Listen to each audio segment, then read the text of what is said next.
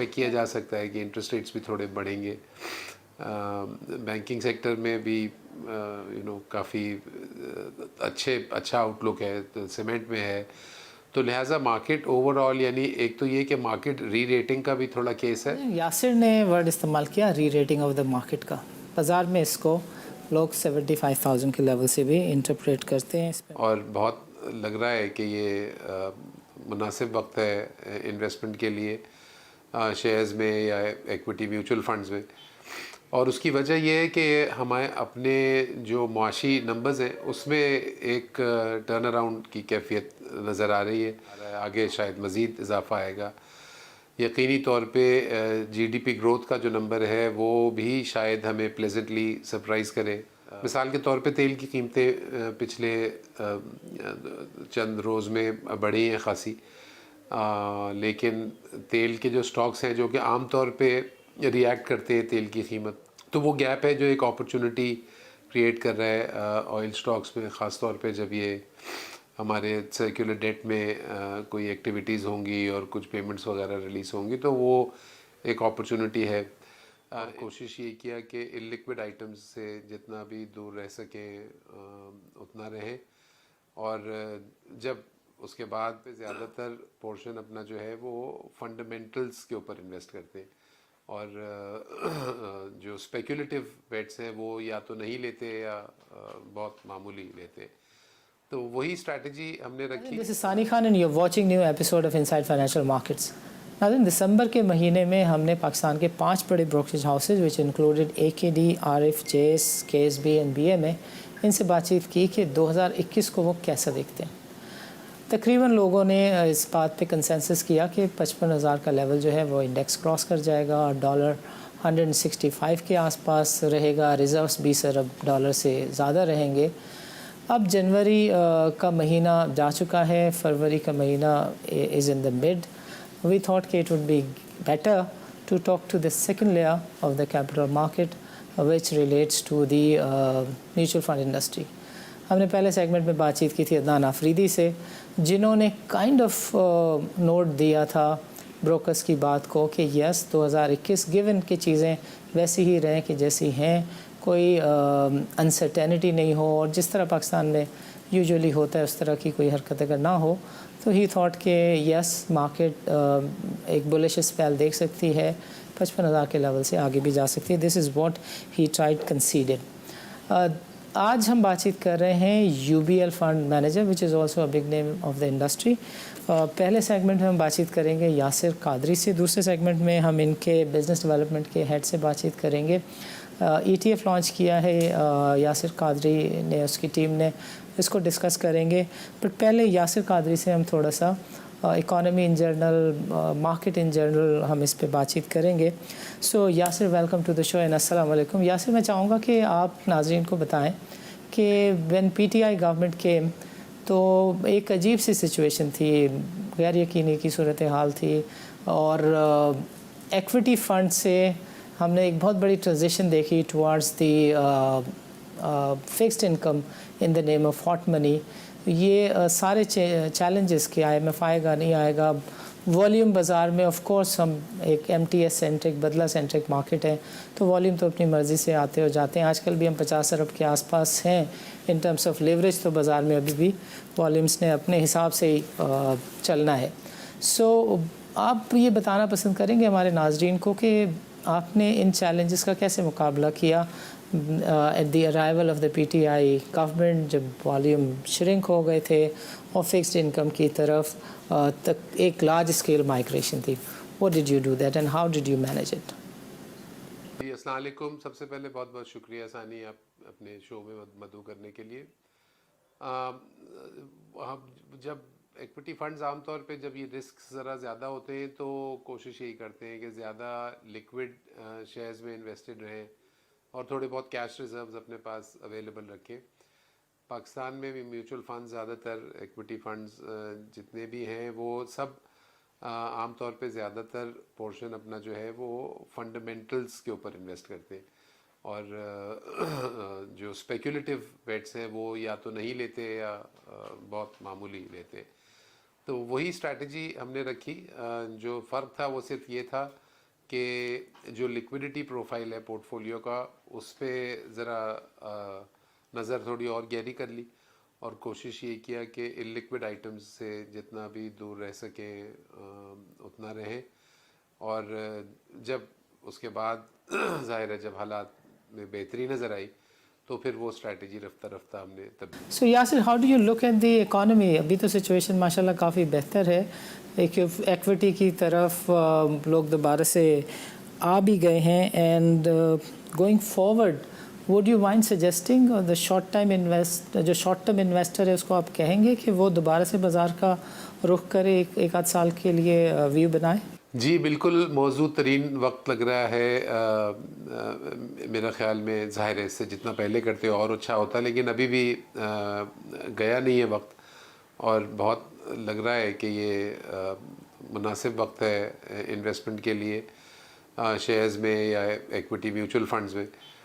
اور اس کی وجہ یہ ہے کہ ہمیں اپنے جو معاشی نمبرز ہیں اس میں ایک ٹرن اراؤنڈ کی کیفیت نظر آ رہی ہے. آپ نے دیکھا ہی خود کہ ہمارے کرنٹ اکاؤنٹ کے نمبرز جو ہیں وہ بہت واضح طور پہ بہتر ہو گئے. اس کے علاوہ ایکسپورٹس میں کافی اضافہ دیکھنے میں آ رہا ہے، آگے شاید مزید اضافہ آئے گا. یقینی طور پہ جی ڈی پی گروتھ کا جو نمبر ہے وہ بھی شاید ہمیں پلیزنٹلی سرپرائز کرے اس سال کے آخر میں، تو وہ ایک امپوٹس ہے. مگر اس کے علاوہ اور بھی چیزیں ہیں جن کا تعلق ڈائریکٹلی کمپنیوں سے یا سیکٹرز سے. مثال کے طور پہ تیل کی قیمتیں پچھلے چند روز میں بڑھی ہیں خاصی، لیکن تیل کے جو سٹاکس ہیں جو کہ عام طور پہ ریئیکٹ کرتے ہیں تیل کی قیمت جب بڑھتی ہے، تو انہوں نے بالکل نہیں کیا. وہ آپ نے دیکھا کہ ابھی وہ گیپ ہے تو وہ گیپ ہے جو ایک اپرچونٹی کریٹ کر رہا ہے آئل سٹاکس میں، خاص طور پہ جب یہ ہمارے سرکولر ڈیٹ میں کوئی ایکٹیویٹیز ہوں گی اور کچھ پیمنٹس وغیرہ ریلیز ہوں گی، تو وہ ایک اپرچونٹی ہے.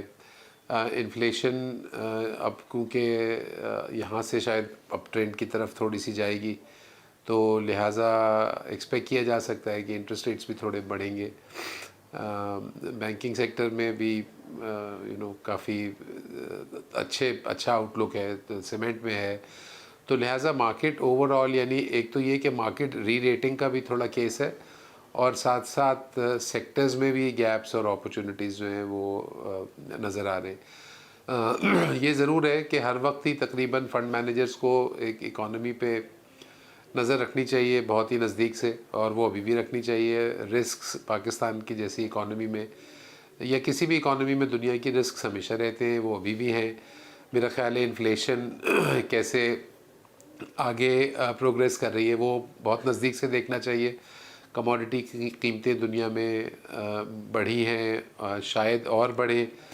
تیل کی قیمت کیونکہ پچھلے چند سال میں ایکسپلوریشن وغیرہ نہیں ہوئی، اور یہ جیسے ویکسینیشن عام ہوگی اور یہ کووڈ سے متعلق خدشات تھوڑے سے کم ہوں گے اور ڈیمانڈ واپس ان پلیس آئے گی، تو تیل کی قیمت اور مزید بھی بڑھ سکتی ہے، جو ہمارے ہاں انفلیشنری صورتحال پیدا کرے گی.